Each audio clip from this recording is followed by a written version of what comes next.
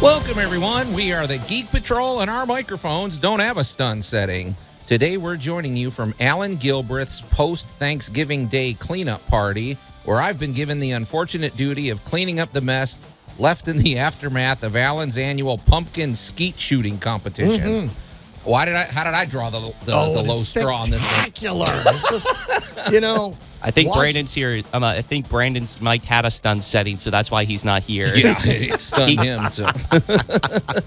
But Al, I don't know how I always get stuck with this stuff. Last year it was cleaning up the mess from the frozen deep fried turkey, aftermath. We know how that works. You got to have a little scorched spot in the yard somewhere. It's all right. Talking about scorched earth. Anyway, welcome to Geek Tank Radio, everybody. I'm Joe Thorderson here with my friends Allan Gilbreth and Max, and not our friend Brandon Olmsted. I don't know where he's at. He's stuck over there in he's stuck in the pumpkin pie tent, I suppose. So.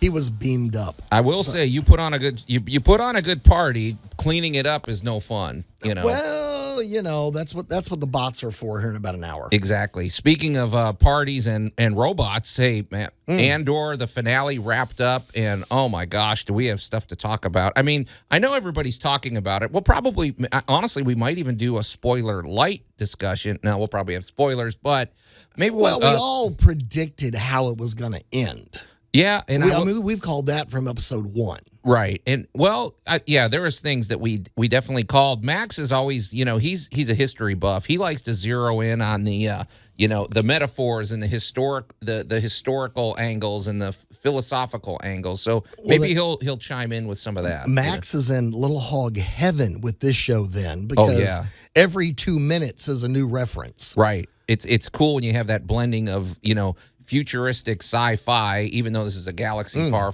or long ago, but and then with classic themes. So we'll probably pick up on that. But what a great show. I mean, the bar has been set very high now. So, Allan, you've got some interesting science that we're going to get to, and it's keeping us out in space mostly. It is. We are reaching further and deeper out. It's funny because.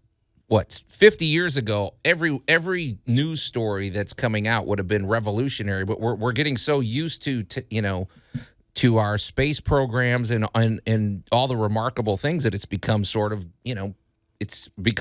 normal. But man, we need to pay attention to this stuff. There is some.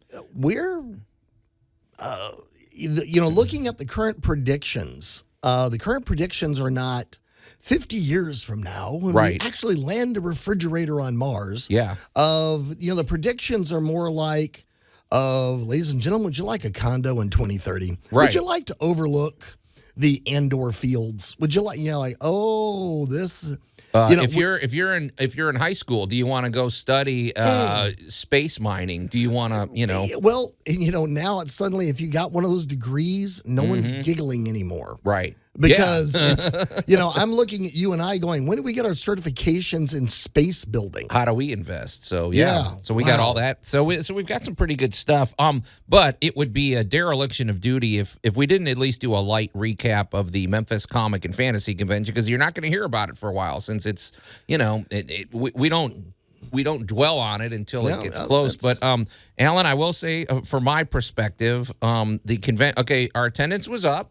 Yes, that's always good. Adasa was a really great guest. She was very nice. Everybody that encountered her said she was just a real sweetie. And her panel, I never saw anything like that.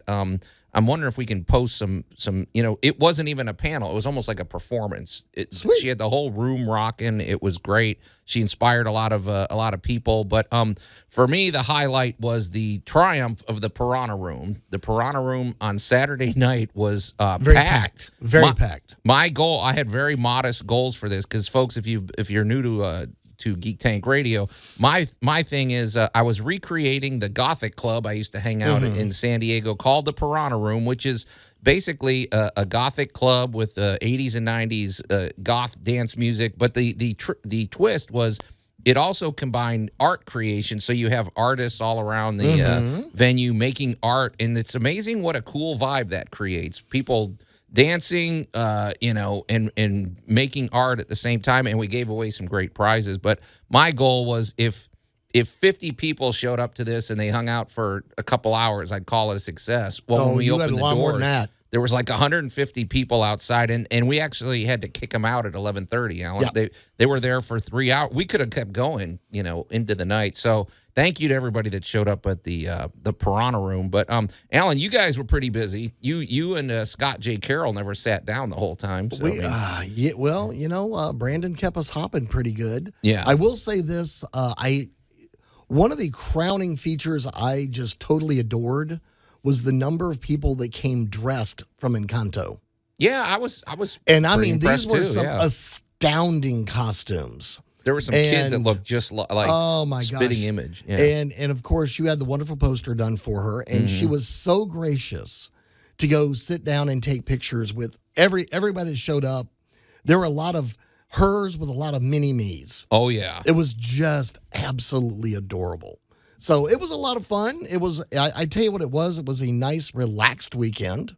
Yeah, there was no I didn't sense any drama, did you? So everything went very smooth. Wasn't a whole lot of fuss and muss going on. It was just kind of, as we would like to say, laid back, chilled, and groovy, and people had a good time and enjoyed the dealer room and all that good stuff. Yeah, it was nice, and we're kind of figuring things out. I was glad to see that there were more people this year. What was really exciting was how many new faces there were. Yeah, I saw a lot of people I didn't recognize. The gaming was pretty cool too. I went and checked out the e-game thing for a little bit, watching those guys play, and I discovered, man, my skill set in gaming is way out of date. Yeah, no kidding. Those guys are amazing. Yeah, the University of Memphis, we had those guys on. They delivered. You never know when you start something new, but they promised us a video game tournament, and they delivered. And it was shockingly entertaining. To sit around and watch somebody else play, it doesn't sound like much. No. But it's like watching a movie. Well, it's amazing how rowdy these guys get. The people, I was there at the finale in the ballroom when they were doing, and I'm like, okay. All of us, it's dead silent. You can hear a pin drop, and then all of a sudden it's just nonstop screaming and they go get berserk. this. And I didn't understand half of what was going on, but they were obviously having fun, and it was great. So I would say it was a really good energy. I feel like we're back after COVID, and we're looking forward to our plan. We've already got our dates nailed down for 2023. But thanks everybody that came out to the Memphis Comic and Fantasy Convention. We're probably not going to talk about it for a while. We've got other things to move on. So, but anyway, you're listening to Geek Tank Radio. We're going to take a quick break, and then we're going to talk about some space science. Mm-hmm.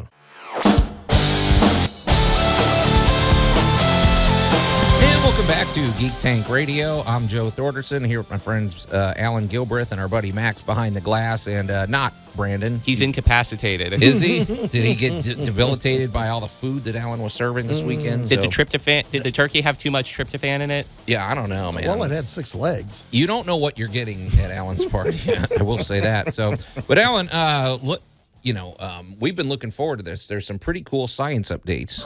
Hail science! Well, the first thing that came out is kind of the most backhanded science story I could find.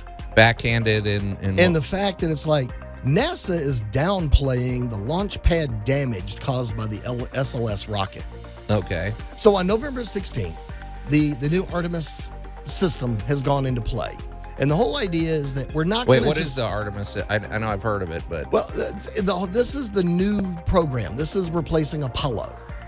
They always have kind of a name for the program. Oh, you're talking about the engines, actually, the actual boosters. So they've switched over to Artemis and retired. So we're now at the SLS, and the SLS system is Space Launch Systems, and these are new. These are big. Mm-hmm. And they're really big because, to be honest, in 2024, we're planning on not visiting the moon, but we're planning on going camping. Setting up headquarters. We're actually, that's why I said, I love watching the news, and, we're not actually watching the newsreel going 50 years from now when man can walk on the moon. We're setting it up so that astronauts have got like a base station climbing Mount Everest. Right.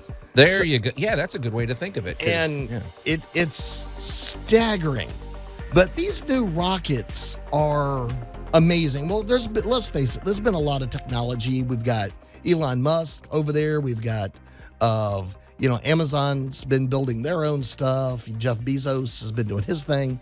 So there's multiple competing rocket companies. Right. And they have really propelled technology forward. I do have a quick question about this. Is this now the one thing that's notable about Elon Musk's is that they reuse it, they land it back on the pad, so you don't have all that waste and debris and everything going into space. Is this rocket system got a similar principle, or is it still gonna? Is there gonna be a lot of waste? It's about a hybrid. Okay, so it's sort of getting in between there. Well, we're looking at getting bigger and heavier stuff off the Earth. Okay. So to give you an idea, the SLS is going to put out, and we'll find it right here, to lift a rocket 3 nautical miles to get it into space. This baby is pumping out 8.8 million pounds of thrust. Okay. It kind of scorched the launch pad.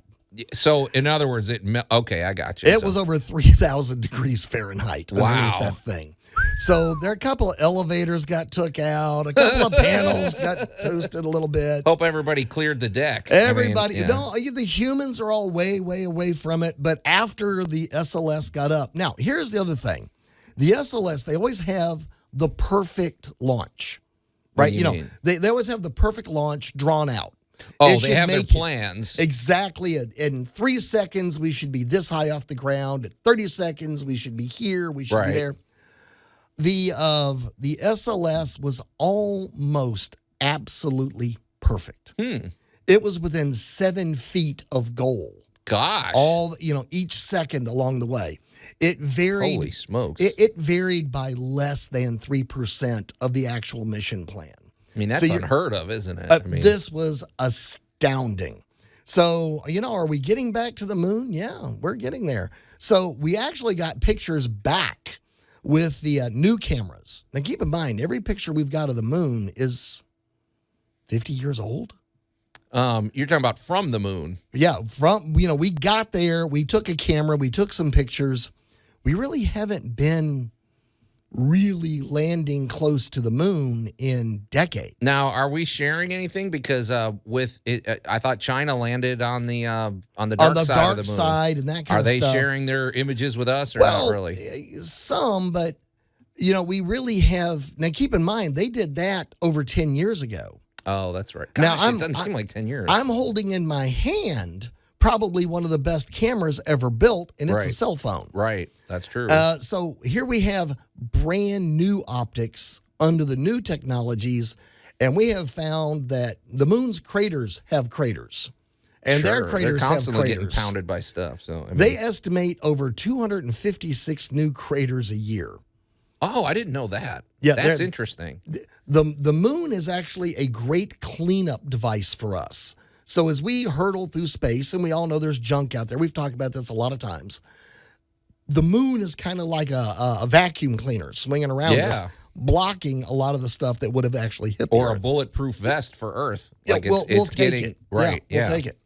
So welcome to the moon. We're about to be back. Okay, so this launch that they did was to test the engine. It wasn't to send stuff up to the moon. We're at the moon now. Oh, well, we are kind of a big deal, Alan. We are circling the moon as we speak, taking pictures. Okay, so they're not We're not landing this time. Okay, this is the dry run. This is reconnaissance. People, did everything work perfect? Right now, they're testing the retrograde maneuvers. In other words, they're testing the new SLS systems to land on the moon. It seems to me, Alan, you just said so. I knew that the moon gets hit with meteors and stuff. Yeah. I didn't know it got hit with that many meteors. How could you realistically have any kind of base on the moon until it would almost have to be subterranean? I'm thinking, how do you? It's just a crapshoot. You're going to be getting. You're going to set up your nifty new headquarters, and boom, here comes a meteorite and takes it out. Mars doesn't have a lot of protection either, so we've got Ingenuity running around up there with all kinds of stuff going on. So yeah, space is a dangerous place. I feel like we kind of got to crack that nut. It makes a lot of sense to me why we haven't been there yet when you're putting it that way. Because oh man, maybe there's I don't know. Maybe they'll need lasers, like like the laser defense, like we did when we shot the missile at the asteroid to bounce it off. So, but then you might bounce it into Earth. So I don't know, Alan. It's great that we have the engine, but now you're making me think of okay, all of this the could other be things. problematic. Yeah. So welcome, we're welcome to the moon, welcome to Mars. We're about to start setting up base camps. Huh. Okay. When you say we, you're talking about NASA. NASA and a variety of other countries and companies. Okay. It has become a true space race. And I guess they'll be mining. Who knows? Okay, well, we're definitely going to follow this story with great interest. So, all right, well, speaking of space, when we come back, we have got to discuss the finale of Andor. Mm-hmm. And welcome back to Geek Tank Radio. I'm Joe Thorderson here with my friends Allan Gilbreth and our buddy Max over there behind the glass. And boy, I feel bad. Brandon's missing out on this discussion here, but we can't wait. I mean, we're expected to be at the cutting edge of geekdom, and I mean, when a show this noteworthy happens, we have to react. So Andor, the Andor season or episode 12, the big season finale wrapped up, and my big thing when this show started, Alan, once we got about 4 episodes in, we've seen shows. I've seen shows on like HBO or something like that where they start off great, they're fascinating, they're really exciting, and somehow by the end they peter out and they. Lost in Space was that way for me. Their third season was hugely disappointing, but this show never it didn't disappoint me. I will say I think they stuck to the quality and they kept the pace. I mean, it was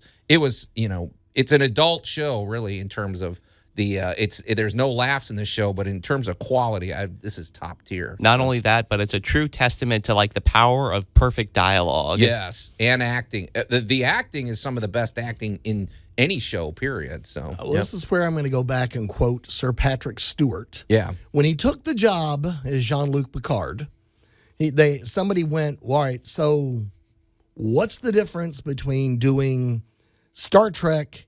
And then the reporter was being very cheeky and looked at him and went, Shakespeare. Yeah. And to which Sir Patrick Stewart replied, nothing. It's strange words being delivered in a superior way. There you go. And I just went, ooh. Yeah. and I'm sure I've horribly misquoted him, but it was really to the point of, really, guys, Shakespeare's a bunch of funny words we don't really use anymore, but we do them well. Right. And, welcome to dilithium chambers or back to tanks or, but it doesn't matter. As we've learned from children's cartoons up, it doesn't matter what the topic is. What matters is the energy, the environment, and the chemistry of how it's being delivered. Oh, yeah, absolutely. So, I mean, the thing is, there are, well, I got to be honest, there's people where at first I kind of liked them. And now I'm like, I don't know if I like them or not, but they had a character arc. Like the lady, what's her name? Marva, not Marva, Max. What's the lady that is the big inspector? Why do I always forget? Deidre Miro. Deidre Miro. I was really rooting for her actually for a while. Now I'm like, okay, you're pretty cold-blooded. You're torturing people and all that. However, every minute she's saying something, I'm paying attention. I think that's the testament. No matter who was on screen, I was interested in what they had to say. It could have been a coal miner. It could have been anybody. But a pair of aliens. For some reason, their dialogue caught my attention. Yeah, what was that about them? Because you were really fascinated when they broke out of. And did we say this will be a spoiler? We'll discuss spoilers. So sorry, folks, but it was like these pair of like Narkenan aliens from like the jail, like from like the prison system. They were like. This is also a testament of good dialogue because like even though they spoke very simply. And the other one just sort of spoke in grunts. It's like you were interested in what they were saying. He's like, oh, Imperials spoil the water supply, Freedy? It's like, I want to know what these guys, I just want to hear every word that they're saying. Yeah, they're the blue-collar aliens and stuff. But well, yeah. And the thing that really struck me watching all of Andor of how, and we've talked about this on other shows, that occasionally... And this is what I'm kind of dancing around it for just a second. I found it totally fascinating that the Empire itself suffers from legacy and legacy thinking. Now they got a history that still haunts them. They're still doing stuff. They got magnificent technology and they're moving forward, but they're still making the same old-fashioned mistakes as everybody that has come before them. That's exactly what the Andor said. He's like, they don't care about changing and everything, and that's exactly sort of a legacy thinking that they have a problem with. Yeah, I'm glad you said that, Alan, because that is true. When we start the show, they're complacent, they're fat and happy, they're just sitting there. They nobody's going to conquer them, And then suddenly we get this heist, and that throws they're like, wait a minute, we're paying attention. Then we get this inside look at how they have to operate, their prisons to get free labor and how vulnerable that actually makes them. So. It's a perfect echo of history, like with such empires as the Roman Empire. And speaking of history, one thing that kind of caught my attention too was the subtlety of like the espionage that occurred on like both sides and everything. And it actually made me think of an historical moment from World War II, which is all about conquering a rebellion or conquering a quote-unquote Reich or empire. Okay. If anyone's seen the movie The Imitation Game about Alan Turing and cracking the Enigma code from World War II with Benedict Cumberbatch, there's a scene where they recalibrate Turing's machine, and all of a sudden they get like a code come in about like, Germans are going to attack a certain convoy and everything, but it's like, if we tell them, they might discover the fact that we know that we crack their code, and so you kind of have to be strategic about how much information that you leak in order to like save lives and everything. It's very utilitarian, but it's like Turing had to create a sort of statistical model to indicate which warnings to send to maximize destruction and minimize discovery. And so it made me think of that scene with Luthen where he's talking to Saw Gerrera, and it's like, we can't let the Empire know that we cracked their code.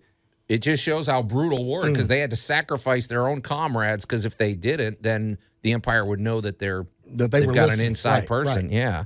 And I found it fascinating, and I'll go back to A New Hope and throw in, they still got garbage dumps. And in this one, we've still got toilets. Much technology as we got in these movies, legacy brings you down. Well, Alan, you made a point when we were off the air. Didn't you say this might be the first time in Star Wars we ever saw a toilet? We ever saw a potty. No one has gone to the potty in 25 years in these movies. Yeah, it's interesting. And then, but Max, I also think that if we were to analyze the show and break it down, I bet you we find all sorts of other cultural or historical references. I keep thinking of Mon Mothma's their planet's kind of tendency to marry, when they're teenagers and stuff like it, with arranged marriages and stuff. That never happened in history. No, that never happened. Right. Yeah, and I've got some predictions for season 2 when we get back, and I know we're going to want to chime in. Andor needs 2 segments, so Easy. we're be back. So we're gonna continue our discussion of Andor when we get back.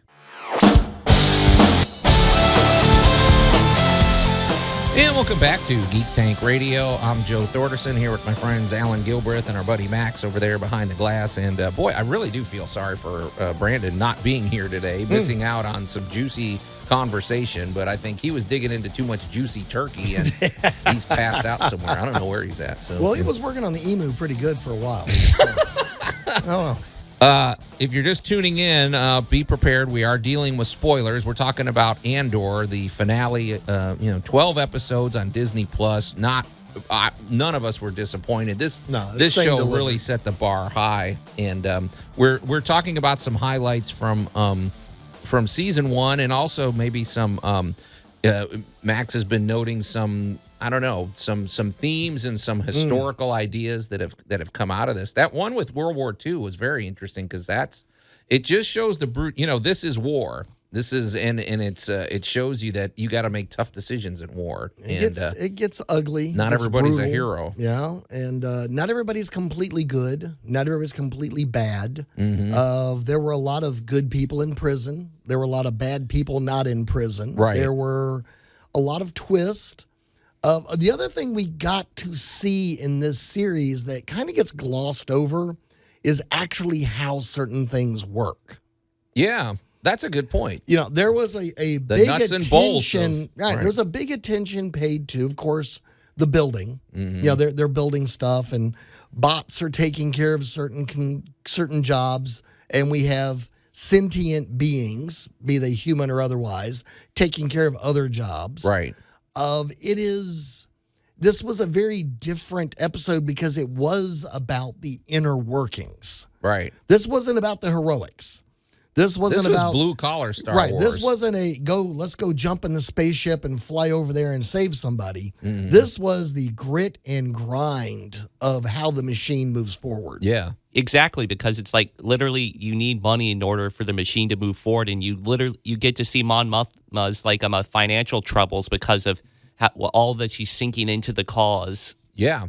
Okay, folks, we're dealing in predictions here. Now, I want to say something. Oh, by the way, one other thing I want to mention was how brilliantly that scene, the funeral scene to me was great. The music was really interesting and haunting, and then the way the crowd started to slowly line up and face off against the Empire and everything. But Marva's speech at the end, that was cool. I mean, that it made me think that while you're alive, you should probably record your thoughts somewhere that so that when you're gone, people hear your true thoughts. That's also like Nimic's manifesto that they finally got to read through. And they had I like the fact that it was like an audio manifesto too. Yeah, you heard that the manifesto at some point. I hope we hear the entire thing, but it's just it does remind you a little of people like Martin Luther King or somebody comes across, or somebody comes by in history and they're saying what needs to be said at the right moment,